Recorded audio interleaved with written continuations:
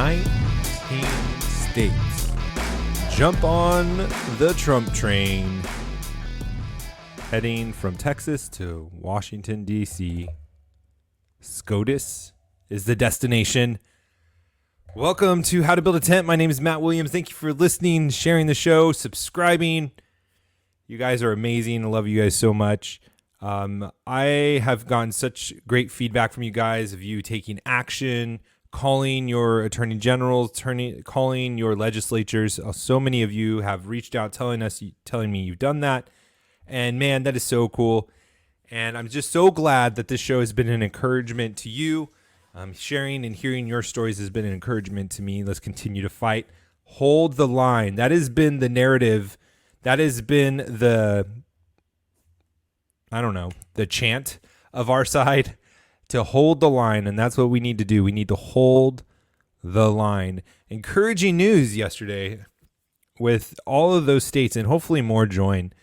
Now we have almost essentially half of the states involved in this case. I'm still not sure if the Supreme Court is going to hear it. I hope they do. But how do you not hear a case when, for all intents and purposes, half of the states are involved, and hopefully more than half by the end of this day? We'll see. I heard some rumblings about some more states joining. Idaho, where you at? Those cross-politic guys up there need to get on that. I mean, come on. Your attorney general is slacking. Let's put some pressure on them, guys. My attorney general in Florida was part of it, joined. Why can't you guys get yours up there? Come on, you guys just talk about all the time how conservative Idaho is. No, I'm just kidding. I love you guys all, but in Idaho. But I do hear actually that they might be one of them to join today, so we'll wait to see about that on the 10th. I'm recording this on the 9th. That's why I don't know. I do not know the future. We're part of the Fight, Laugh, Feast Network. We being me, the guys I just made fun of up in northern Idaho. Go over to FLFnetwork.com and consider supporting us. Yesterday became even clearer, if it wasn't as clear as it possibly could be already, the need for a platform. I don't know if you guys heard about this from YouTube, but yesterday decided that they are going to start to censor anyone who says anything that it goes against saying that Joe Biden is president-elect, and that there was any kind of mishaps. I got to start talking in codes. If there's any mishaps with the process that we go through to make such a person like Joe Biden the president-elect, even though in fact that may not be the case, but I can't say it emphatically anymore. I'll be taken off YouTube. I'm just kidding. I'm going to say whatever I want to say, and then if I get kicked off of YouTube, I get kicked off of YouTube. I'm still on all the podcasts, and I'll just go right over to Rumble. I'm not too concerned about it. So if you are watching this on YouTube and you're like, wait, Matt stopped posting. I didn't stop posting. I just went to Rumble because I got kicked off of YouTube. So that's that. But if you could help us, we have a platform. The FLF Network has a platform, and you can help support us as we proclaim the Lordship of Jesus in every area of life. In the midst of all of this censorship, you can go over to the FLFnetwork.com, put an HTTP in a memo field. All right, so we got a few videos for you today. I mean, we got this Michigan. Okay, so this lady basically is talking and calling people to arms to fight against us, which shouldn't be shocking by now, because I haven't heard anybody from the Democrat side denounce Antifa. I haven't heard anybody from the Democrat side denounce BLM, and I'm pretty sure they've set quite a few cities on fire. In fact, I've heard, you heard, that reminds me of Big Boy in the Morning in California, and he might have been in other places. He was really big, Power 106. We would listen to Power 106 when we were weightlifting in the morning for football. We had to work out 3 times a day in high school, in morning for PE, and then afterwards we would always listen to music, and they would talk about some kind of gossip or something, whatever they talked about back then. And he's like, I heard, and then all his people that were in the studio with him were like, you heard. I love that show. Oh man. Okay, so I heard, what did I hear? Oh yeah, these people, I haven't heard them denounce any of those organizations. In fact, you heard that we need to be understanding and give them a place to riot because for some reason that's the only way minorities know how to communicate. It's super racist. That's not me saying that, but that's the narrative we hear from everyone. It's like, oh, you just don't understand being a white person, that these poor black people, they just don't have any other means to, vent and get their energy out. It's like we're treating them like kids, It's like you got to get them in sports. If they don't, they'll just explode. But it's so racist and stuff. But that's just the Democrat Party. So we're going to get into that video. And we have another video where we have people testifying and coming out about the election being rigged, fix something. YouTube, I didn't say that. I'm not talking about this election. I'm talking about 2004. Bush and Gore, where Gore should have won. And it's really interesting because there's a lot of theories about who financed and helped create these programs and the algorithms that can fix elections, like down in Venezuela. And if you don't remember, Bush Sr. was the director of the CIA. The same people that, may or may not have something to do with what we're going through right now, oddly enough. So we got those two videos. But first, I just want to give a big thank you to these states: Alabama, Arizona, Arkansas, Florida, Indiana, Kansas, Louisiana, Mississippi, Missouri, Montana, Nebraska, North Dakota, Oklahoma, South Carolina, South Dakota, Tennessee, Texas, Utah, and West Virginia have joined on to the Texas suit against Pennsylvania. Now, Andy McCarthy, who I've listened to a lot, think he's a brilliant guy, has a lot of good rationale, but I have to say, and I don't know why, but ever since Election Day, he's been very reluctant, almost pessimistic, mocking at times, maybe, about the fight for freedom, the fight for fair and free elections, for honest votes to be counted. And everything I've seen of him has been mocking. I don't know how else to say it. Belittling, condescending, shirking it off. Like that, you know what I'm saying? Like, I don't know exactly if any one of those terms really fits him, but like all that together collective has kind of been to me his attitude and his approach on this. And he's almost laughing at the idea that the Supreme Court will take this case. But I have to say, I don't see, and again, I'm not a lawyer. Andrew McCarthy, I think he is even a lawyer. He may not be. And he's a smart guy.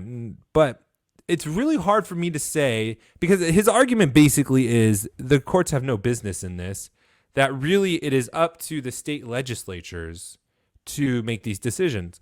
And yes, that definitely is the channel. But from my understanding, this whole lawsuit is for the Supreme Court to acknowledge the evidence and say, and throw it back to the state legislatures to tell them that they have the constitutional right and more of clarity, and to put the pressure on them to flip their delegates and assign the ones that they represent, which majority of them, except for Nevada, actually majority, all of them in the suit are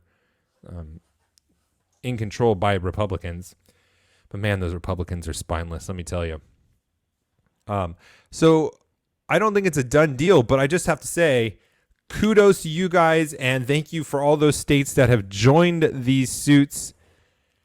But there's still more that needs to be. We need to have more states. We need to have as many states as we can. So if your state was not on this list, make sure that you are calling the governor, the attorney general, whatever makes sense for your state, and asking them and encouraging them and exhorting them to join this case and be part of it, because we need it to look like an overwhelming force. In combat, you don't want a fair fight. In a battle, you don't want a fair fight. You want overwhelming force. You want to be the ones with the better guns, the better technology, the more men, the better strategery. You want to be overwhelming in your force, because that's the best chance of having the least amount of casualties and being successful in your mission. And so this is the case. So if you did not hear your state when I read them off, call your attorney generals, call your governors. It is really important. And we still need to be encouraging these legislatures of these states that we are suing into the Supreme Court, that the Texas is bringing their states against, Michigan, Wisconsin, Pennsylvania, Georgia. We need to be encouraging them to do what is right and call the legislatures into session, the legislature for each state into session, and making them take back their right and put the delegates in the rightful place for Donald Trump because of all the cheating. There is pushback, specifically in Georgia. The governor and a whole bunch of people on the top are whipping them and trying to discourage them. And they are becoming more fearful of leadership of the Republican Party in states like Georgia than they are of the people they represent. We need to flip that. And part of the way of doing that is continuing the call, continuing to make a ruckus, continuing to advocate and push for them to do what is right. And they're going to need our encouragement all the way through, even if the Supreme Court rules in our favor for this case and takes the case in the first place. All right, we got some great videos I want to show you. It's going to be mind-blowing. And then we have that one video where the Michigan representative who doxed one of the witnesses is going to come, or tried to dox, I should say, is threatening, violence against all of us. So we got all that. But first, I want to talk to you about Samaritan Ministries. How are you paying for your health care? As you're considering options, take a look at Samaritan Ministries, a community of Christians who help pay one another's medical bills, all without the use of insurance. A broken bone, cancer, pregnancy, medical emergency. As a Samaritan member, you have control over your health care choices. Medical bills are sent to Samaritan Ministries. They help you get fair pricing and notify members who will pray for you and send you money to help pay your shareable medical bills. Healthcare sharing is biblical and affordable. Samaritan Ministries has 3 programs offering options that could fit your budget. Every month, members send their share amount directly to another member. A family membership of 2 or more ranges from $155 to $600 a month, and a one-person membership can be as low as $75 a month. Visit SamaritanMinistries.org/howtobuildatent to see which sharing program is right for you. You can become a member any time of year, even today. That's SamaritanMinistries.org/howtobuildatent. SamaritanMinistries.org/howtobuildatent. That's the name of the show. Check them out. Great company. You will not be disappointed. All right. Usually I do not have these slow transitions because I set up my screen share beforehand and I didn't do it. But here we go. All right. So let's do this one first. We'll talk about Call of Arms, but this is the 2004 election. You will find this really interesting. Actually, I'm going to remove this all together and then come back. Sorry, guys. Let's see. I don't think I shared my sound, so I want to do that. Share screen, share audio. That's what I wanted to do. Okay, now we're in business. I'm glad I caught that, or I'd have to do a whole bunch of post-production work, and I don't like doing that, guys. Let's be honest. All right, here is a video clip from 2004. I'll say elections were stolen. In fact, I did. You think the election was stolen? Absolutely. Your credentials. I'm a programmer. I worked for NASA, worked for ExxonMobil, worked for Department of Transportation. And it is so set up so that you can steal it. Yeah. I mean, it would be crazy not to. Mr. Curtis, are there programs that can be used to secretly fix elections? Yes. How do you know that to be the case? Because in October of 2000, I wrote a prototype for President Congressman Tom Feeney at the company I worked for in Oviedo, Florida, that did just that. And when you say did just that, it would rig an election? It would flip the vote 51-49. If you saw that George W. Bush, in fact, did not win Ohio and that John Kerry actually won Ohio, how would you feel about that? I would feel sick. I think you're 6 months late. In the states that had electronic voting, the numbers didn't match at all with the exit polling. I wanted to recommend a book to you. It's called Art Madhouse by Greg Palast. Yeah, I have it. Yeah, he's the top investigative journalist in America. I've already read it. And he says you won the 2004 election. There's also voting machines, electronic voting machines in Volusia County, Florida, that counted backwards. So amidst all these reports of voting bogus stuff going on, how could you concede the election? Don't tase me, bro. Don't tase me. A company called Yang Enterprises. And in end of September, early October, of 2000, I was introduced to a guy named Tom Feeney, the future Speaker of the House of Florida. Tom Feeney right next He to George wanted Bush. a program that could flip the votes without anyone seeing it. So you walk up, you vote for Bush, but the guy could walk up here, and if he hits the right buttons, he can flip the vote that easy. I'll say elections were stolen. Is that amazing? 2004. And in this case, it was a Republican from Florida who asked this programmer, who's based out in Florida, in Central Florida, can you write a program that flips votes? And there's all this controversy and questions about Ohio, where people thought John Kerry won Ohio. Interesting stuff. And I bring that up because that's 2004, 16 years ago. And we're seeing the same kinds of programs today. It's not that far of a stretch. 16 years is a world away in technology. I mean, that's like an eternity, not a world away. It's an eternity. So apparently this has been for a while, guys. And I just want to say, even though we hate all the social media sites because they're censoring us, we wouldn't be able to be as effective with getting out information without it. So I'm thankful for that. And we better not take it for granted and just squash the opportunity that we have. All right. Lastly, I just wanted this another clip. This is really great. I want to share this video for one specific reason.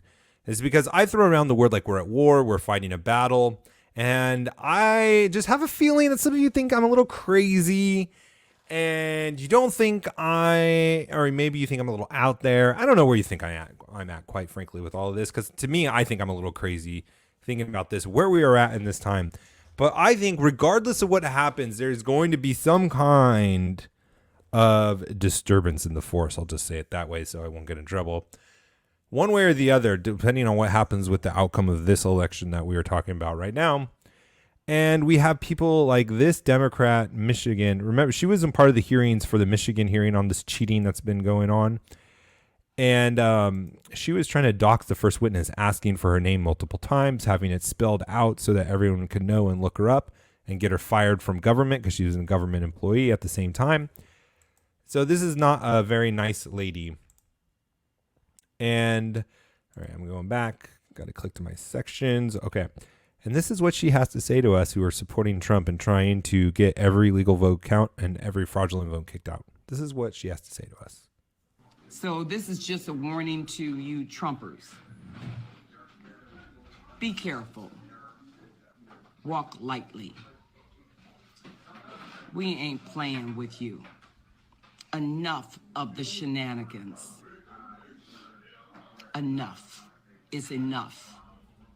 And for those of you who are soldiers, you know how to do it.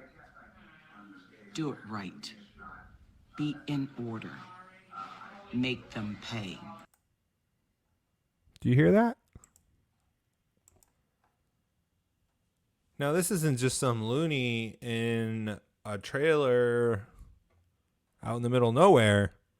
This was a state representative from Michigan who was on several committees that she's no longer part of because actually the Republicans are starting to have some huevos about it. I couldn't imagine before all this conflict to have anyone do that to a minority lady. But this is consistent with the Democrats. Again, they have not condemned Antifa. They have not condemned BLM. They actually encourage it. And we have crazy people talking about it from the Democrat Party all the time. And that's who we're going to be up against. And if you look on Twitter, there's complete divide because the media has not been able to covered this whole fraudulent election in any kind of objective, fair way. They're gaslighting. They're trying to convince people that there was nothing wrong with the election. This is the most secure election of our lifetime.